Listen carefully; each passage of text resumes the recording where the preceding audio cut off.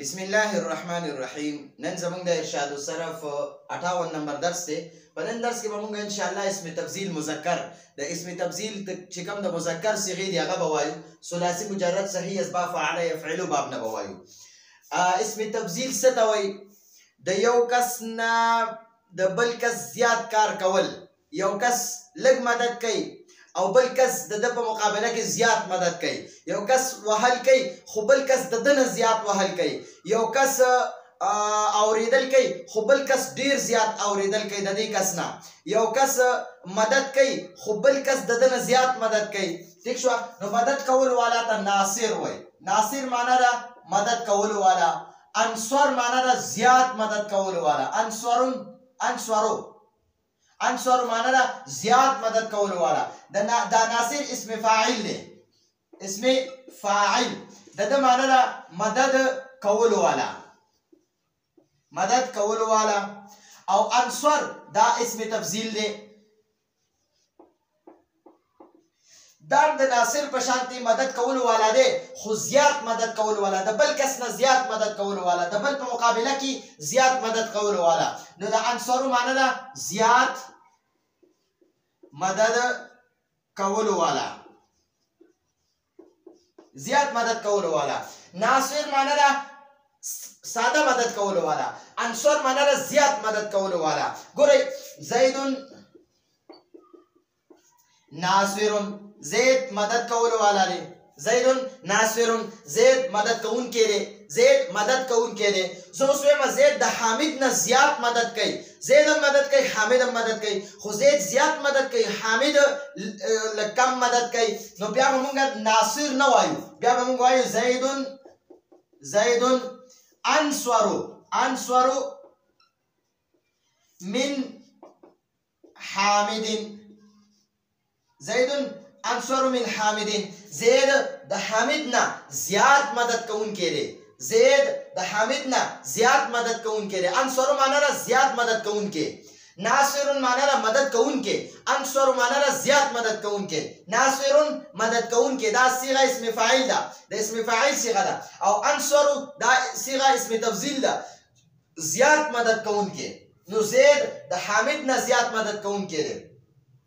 نو دا مذکر چې کوم اسم تفضیل صيغه ده د واحد مذکر نو هغه به د انصارو د افعلو په وزن راځي.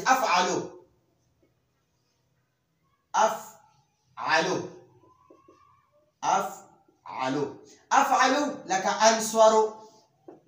انصرو یا ازربو زیات وخون کې زیات وخلو والا. انصرو زیات مدد کوونکې. افعلو زیات کولو والا. ٹھیک شو جی؟ ناصر مدد کولو والا. انصر زیات مدد کولو والا. ناصر دویمه معنا مونږ کو مدد کوونکې او انصر دویمه معنا مونږ کو زیات مدد کوونکې. ازربو زیات وخونکې. ضارب معنا ده وخلو والا یا وخونکې. وخل کولو والا یا وخونکې. او د ازرب زیات وخل کولونکې.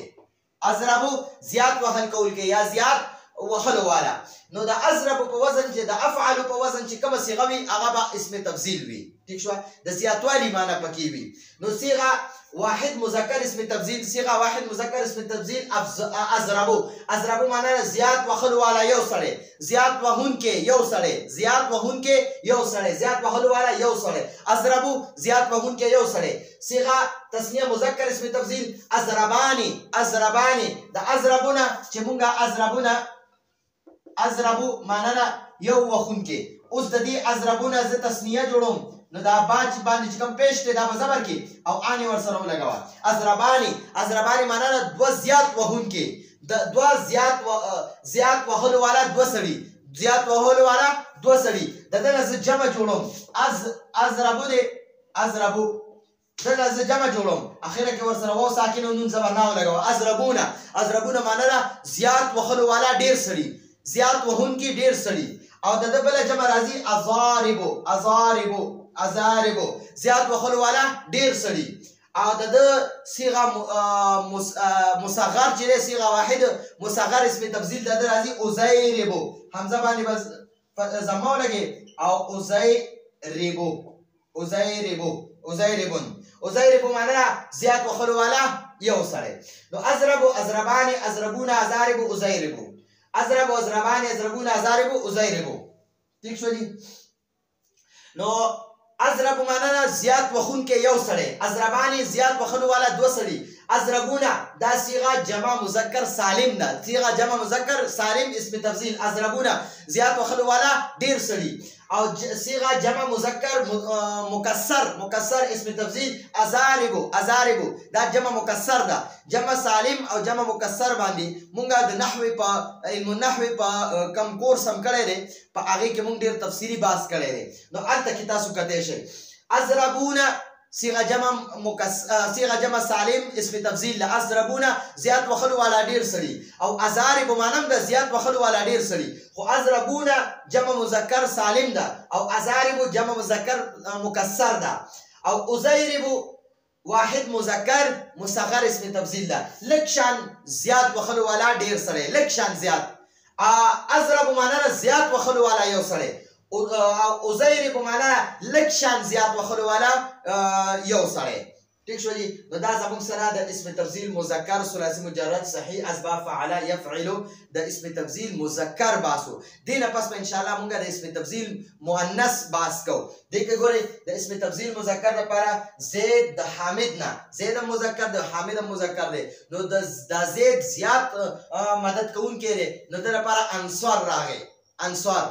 او چې کله مؤنث د مؤنث نه زیات مدد کوونکی وي، نو هغه لپاره به بیا مونږه د انصارو صيغه نه استعمالو، هغه هم د اسم تفضیل صيغه استعمالو، خو هغه به د نصرا په وزن باندې استعمالو، د فعل په وزن باندې. نو راتلونکي درس پر اجازه غواړو. هذا هو المرام والله اعلم بحقيقه